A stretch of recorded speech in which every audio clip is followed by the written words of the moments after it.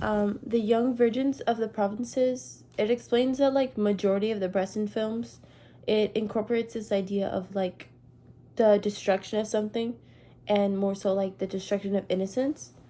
Um, in Mujet, it basically shows like losing faith and innocence, um, particularly in like their life.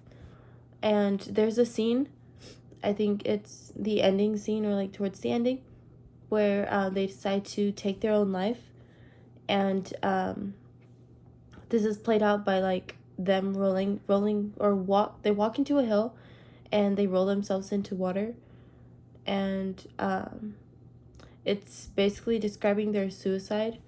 And um, this particular scene definitely gives cold and like helpless vibes. Cold being like there's like no, I'm trying to find the word, like there's no, basically there's no hope. That's why I said like hopelessness.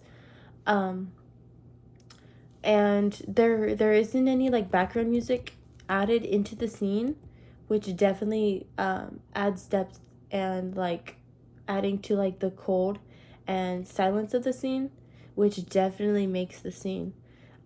It also shows how Mujet, um, when they play out their suicide, it definitely displays their lack of faith in life, and how they no longer want to have to, they would rather take their life rather than still live through it. There is dark lighting in that scene, as well as like different sort of camera angles that I had seen, that it makes the dark lighting, it definitely makes the scene, I feel like, because it shows like the world around her all empty and basically like damp in a way. And by damp I mean so like in the rain, after like the rain it'll be like damp and like muggy and stuff like that. And that's the type of like vibe I'm trying to get at, which I feel like that's how Mujet felt inside, particularly in that scene. um it doesn't necessarily, well, yeah, it does, but it doesn't give like a full dramatic feeling. It's more so a, on their perspective, it's rather a breath of fresh air. And because they would no longer have to like deal with what they were dealing with before. And Bresson shows how Mujet's innocence and faith slowly fade away because of how harsh the world was around her. There's also another film we had talked about earlier, which depicts a loss of faith or a loss of innocence, and that film was It Follows.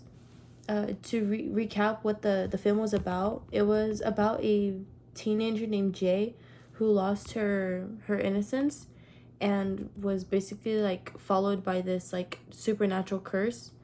There is a scene, I believe it's in her vehicle or in her room, one or the other, where she's sitting and like contemplating her whole like situation after she had lost her innocence. And sort of she's like sort of in fear and confusion. There's this scene as well has dark lighting, which definitely gives the vibes of like hopelessness, the same.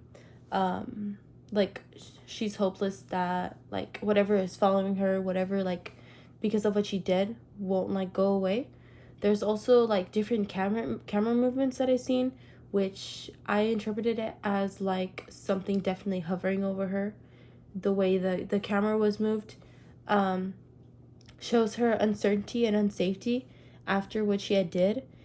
um I feel like through the lighting and camera work, this film definitely shows her loss of innocence and faith in the world around her, which definitely connects to the Muchet film.